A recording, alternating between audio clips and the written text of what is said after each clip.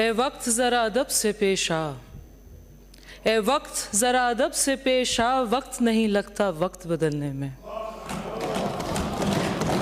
वक्त को थोड़ा वक्त दे दीजिए, वक्त आने पर वक्त बदल जाएगा। माननीय अध्यक्ष जी, आपका धन्यवाद पेश करना चाहती हूँ कि आपने महामहिम राज्यपाल के अभिभाषण पर मुझे अपना व्यक्तित्व रखने का अवसर प्रदान किया। आपका पुनः शुक्रिया अदा करना चाहती हूँ कि आपने एक मेवात की बेटी को यहाँ पर पहली बार इस सदन में बोलने का अवसर दिया है। मैं कामा विधानसभा से आती हूँ, अपनी आवाम का, अपनी जनता का, सभी का शुक्रिया अदा करना चाहती हूँ जिन्होंने इस मेवात की बेटी पर अपना भरोसा जताया और राजस्थान की सर्वोच्च पंचायत में भेजकर मुझे अपनी आवाज़ बुलंद करने का मौका दिया है। अध्यक्ष जी, कई दिनों से तरह तरह का वाद विवाद सुन रहे हैं। एक बात हर बार सुनने में आती है कि ये अभिभाषण से हमारे विपक्ष के मौजूद साथीगण संतुष्ट नहीं है।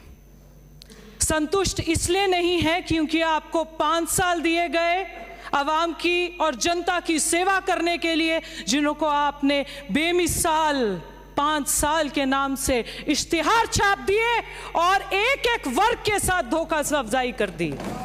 ऐसा कोई वर्ग नहीं है, राजस्थान का ऐसा कोई वर्ग नहीं है जिसके साथ आपने वादा खिलाफी ना की हो।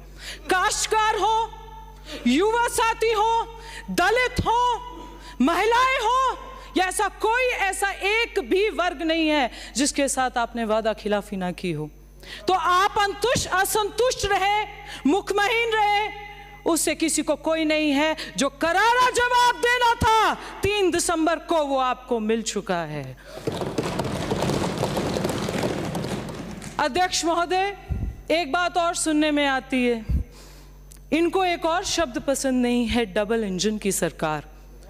आपका तो तालमेल नहीं बन पाया 5 साल, आप तो एक दूसरे के विरोधी बने रहे। हमें तो ये नहीं समझ आ रहा था पूरे देश को कि आपका तालमेल बनेगा तो सरकार और जनता का कुछ भला होगा। आप तो अपना सरकार का तालमेल नहीं स्थापित कर पाए, तो आप डबल इंजन की सरकार को क्या समझेंगे? जो केंद्र ने जन कल्याण योजनाएं शुरू की थी, आपके मुख्यमंत्री साहब ने उनको प्रदेश की जनता तक नहीं पहुंचने दिया। इसलिए नहीं पहुंचने दिया कि अगर पहुंचने देते तो जिस तरीके से देश आगे बढ़ रहा है, उस तरीके से राजस्थान प्रदेश भी आगे बढ़ जाता।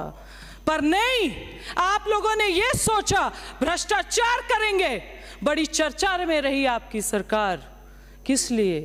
भ्रष्टाचार के लिए, बेरोजगारी के लिए, महिलाओं के साथ अत्याचार के लिए। मान्यवर, मैं मेवात जिले से आती हूँ। ब्रज कामा एक क्षेत्र ऐसा है जिसकी अपनी संस्कृति है, अपनी तहजीब है, अपनी एक ऐसा उसका कल्चर है जो सब जगह से, सब रूपियों से बनकर बनता है। जहाँ पर सूर्यमल, राजा सूरजमल की गौरवताएं हैं। शहीद हसन का मेवाती की शहीदी को सलामी देती हूँ। श्री कृष्ण के लल्ला स्थान को, ब्रज स्थान को नमन करती हूँ। जहाँ गलियों में राधे राधे के जयकारे हैं, जहाँ पर गिरिराज धाम की गूंज बढ़ती है। ऐसा एक पाक, ऐसा एक पवित्र, ऐसे जिले से और ऐसी धरती से आती हूँ। मान्यवर, दुर्भाग्य से जो वहां पर तालीम मंत्री थी, कांग्रेस के यहां से शिक्षा मंत्रालय देख रही थी, उन्होंने शिक्षा का स्तर मेवात के उस जिले में, उस इलाके में इस तरीके से खत्म कर दिया कि जहां पर अपने अध्यापकों को पहली बार सुना था, कहते हैं तबादले के लिए पैसे लेते थे, कामा में तबादला रुकवाने के लिए पैसे लिए जाते थे।